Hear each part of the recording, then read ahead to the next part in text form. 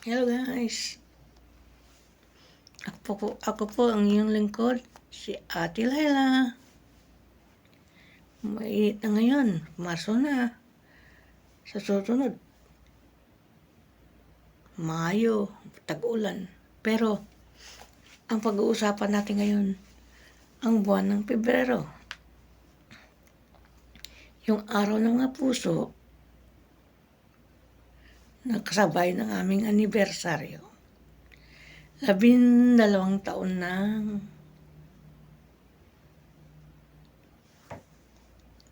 pagsubok, paghihirap, kasiyahan. Nandun na nga lahat-lahat, mixed. Sari-saring kwento. Sari-saring karanasan. Araw ng Sabado yun. Maaga kaming gumising kasi magluto si Kuya Kanon na spaghetti. Pero nung pagising namin, malakas ang ulan. So, naisip ni James na i-postpone muna yung pero mabait ang haring araw. Sumikat siya ng alas 10. So, nagluto kami ng spaghetti. Kasi, papamigay namin sa nagugutom. Napalamig namin yung spaghetti. Naligo na kami para gumayak. Yung spaghetti, yung pulam ang kaya namin ibigay kasi sabi ng iba nga, tulungan niyo muna ang sarili niyo bago kayo tumulong. So, nag-share lang kami ng kaya namang i-share. At least, nag-effort siya na magluto. Pinamigay namin sa paligid ng SM Tansa. At ngayon nga, pagdating namin sa SM Tansa, nung nagpa-park na kami, sinabi ng guard na, palatang gulong niyo sa likod. Ay nako. Sa lagi napapalat yung gulong namin sa likod. Ilang beses namin pinabulkanize yun. Tad na sa tapal.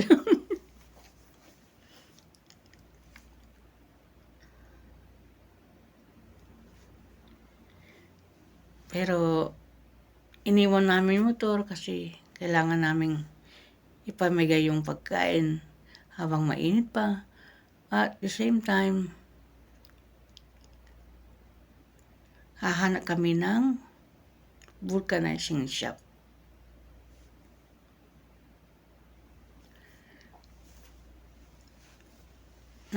Nakahanap lang kami ng bibigyan ng pagkain, yung mga namamalimos, yung mga nakahiga sa kalsada. At nung wala kami mahanap, pinamigay namin sa mga poso na sa init ng araw, nagtatrabaho sila.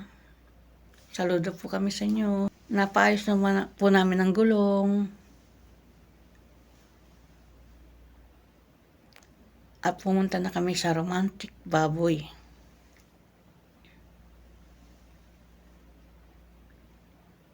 Romantic Baboy Korean Restaurant. Romantic Baboy Korean Barbecue. Salamat, Smile, sa walang sawa mong pagtulong sa amin.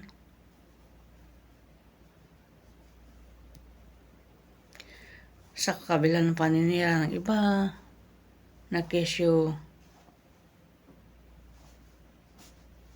manloloko kami. Hindi pa kami nanloko. Sila po yung nag-content. Hindi kami.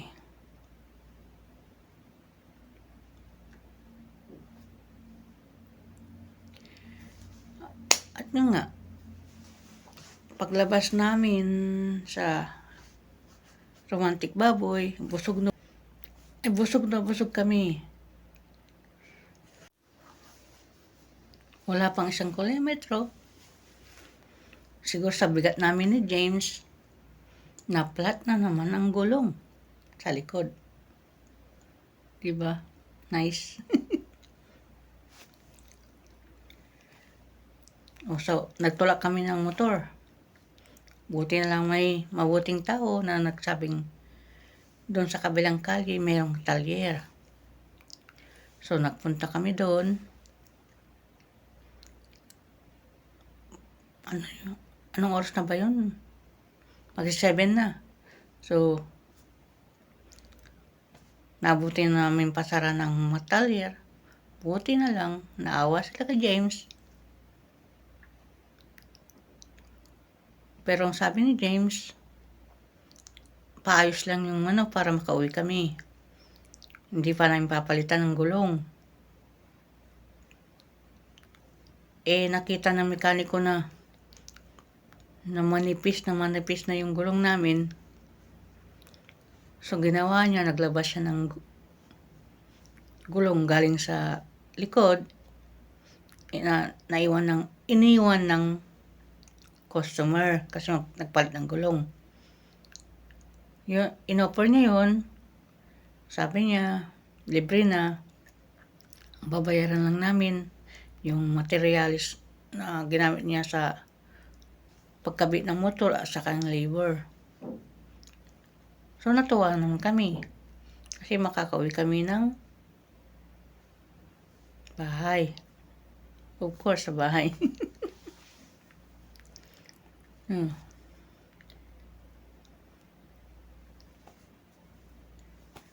Buti na lang na ayos. Kung hindi, iiwan namin ng motor. Kasi gabi na rin. Magko-commute na lang kami. Yung po ang masalimuot na nangyari ng araw na yon. Sawa ng Diyos, nakauwi pa kami ng matiwasay. Salamat sa mekaniko at higit sa lahat, sa buong may kapal.